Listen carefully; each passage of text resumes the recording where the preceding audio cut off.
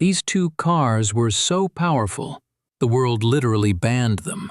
One was too advanced for any laws to handle, and the other was so fast that racing officials refused to let it run. And today, we're putting them head-to-head. First, the Porsche 959, a car from the 1980s that felt like it time-traveled from the future. Twin turbos, all-wheel drive, computer-controlled suspension.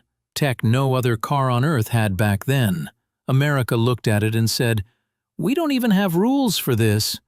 So instead of giving it a category, they banned it. The 959 became too smart, too advanced, and too ahead of its time.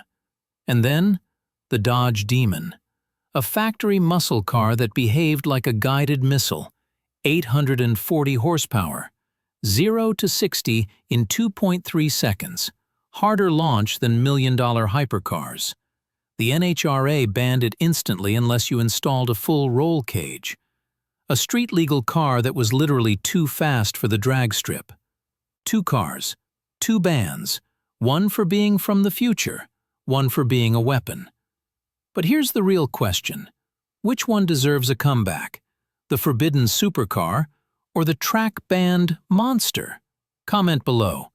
959 or Demon?